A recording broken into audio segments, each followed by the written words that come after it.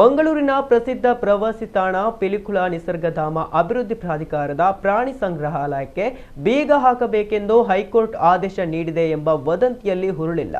ಅಂತಹ ಆದೇಶದ ಕುರಿತಂತೆ ತನಗೆ ಇದುವರೆಗೆ ಯಾವುದೇ ಮಾಹಿತಿ ಬಂದಿಲ್ಲ ಎಂದು ದಕ್ಷಿಣ ಕನ್ನಡ ಜಿಲ್ಲಾಧಿಕಾರಿ ದರ್ಶನ್ ಎಚ್ವಿ ಅವರು ಸ್ಪಷ್ಟನೆ ನೀಡಿದ್ದಾರೆ. ಮಂಗಳೂರು ಪ್ರೆಸ್ ಕ್ಲಬ್ನಲ್ಲಿ ಪತ್ರಕರ್ತರ ಜತೆ ಸಂವಾದ ಕಾರ್ಯಕ್ರಮದಲ್ಲಿ ಅವರು ಈ ವಿಷಯದ ಬಗ್ಗೆ ತಿಳಿಸಿದ್ದಾರೆ. ಹೈಕೋರ್ಟ್ನಿಂದ ಅಂತಹ ಯಾವುದೇ ರೀತಿಯ ಆದೇಶ ಬಂದಿಲ್ಲ. ಇವೆಲ್ಲವೂ ಸತ್ಯಕ್ಕೆ ದೂರವಾದ ವಿಚಾರ. ಪ್ರಾಣಿ ಸಂಗ್ರಹಾಲಯದಲ್ಲಿ ನಿರ್ವಹಣೆ ಸರಿಯಾಗಿ ಮಾಡಲಾಗುತ್ತದೆ. ಅಲ್ಲಿ ಪ್ರಾಣಿಗಳ ಸಂಖ್ಯೆ ಹೆಚ್ಚಾಗ್ತಿದೆ.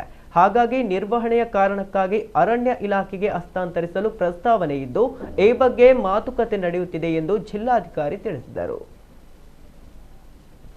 ನಾನು ಕೂಡ ನಮ್ಮ ಅಡ್ವೊಕೇಟ್ ಹತ್ರ ಕನ್ಫರ್ಮ್ ಮಾಡ್ಕೊಂಡಿದ್ದೀನಿ. ಆತರ ಯಾವುದು ಬಂದಿಲ್ಲ.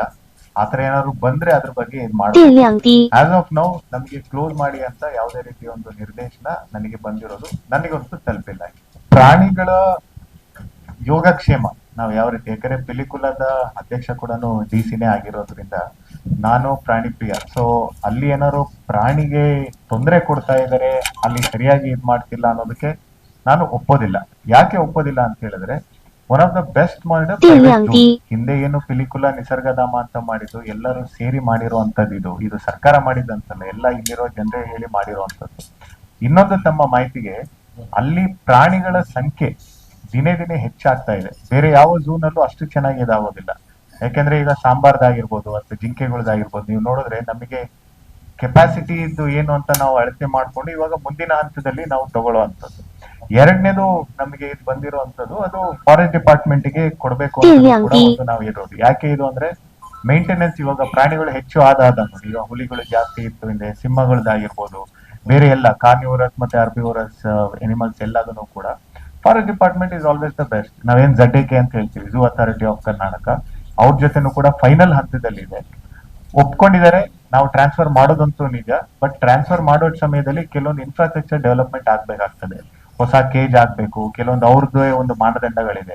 ಅದಕ್ಕೆ ಕೆಲವೊಂದು ಅನುದಾನ ಬೇಕಾಗ್ತದೆ. ನಾವು ಇವಾಗಲೇ ಅದನ್ನ ಪ್ರಪೋಸಲ್ ಮಾಡಿದೀವಿ. CSR ಅಡಿಲಿ ಏನಾದ್ರು ತಗೋಬೋದಾ, ಅದನ್ನು ಕೂಡ ನಾವು ಎಕ್ಸ್ಪ್ಲೋರ್ ಮಾಡ್ತಾ ಇದೀವಿ. ಬೇರೆ ಯಾವ್ದಾದ್ರು ಅನುದಾನದಲ್ಲಿ ತಗೋಬೋದಾ ಅದು ಅಂತ ಹೇಳಿ. ಜೊತೆಗೆ ಇನ್ನೊಂದು ಮೇಂಟೆನೆನ್ಸ್ ಅವ್ರು ಮಾಡ್ತಾರೆ ಅಂದ್ರೆ, ಮೇಂಟೆನೆನ್ಸ್ ಹಣ ಯಾರು ಕೊಡ್ಬೇಕು? ಅದು ಫಾರೆಸ್ಟ್ ಡಿಪಾರ್ಟ್ಮೆಂಟೇ ಮಾಡ್ಬೇಕಾ ಅಥವಾ ನಾವು ಮಾಡ್ಬೋದಾ ಅಥವಾ ಯಾವ್ದಾದ್ರು ಒಂದು ಶೇರಿಂಗ್ ಬೇಸಿಸ್ ಅಲ್ಲಿ ಮಾಡ್ಬೇಕಾ? ಅದನ್ನು ಕೂಡ ನಾವು ZAK ಮತ್ತೆ DFO ಅವ್ರ ಜೊತೆ ಕೊನೆ ಹಂತದಲ್ಲಿ ಇದೆ. ಮೂರನೇದು, ಬರೋ ಅನುದಾನ ಹೇಗೆ ನಾವು ಡಿವೈಡ್ ಮಾಡ್ಕೋಬೇಕು ಅಂತ.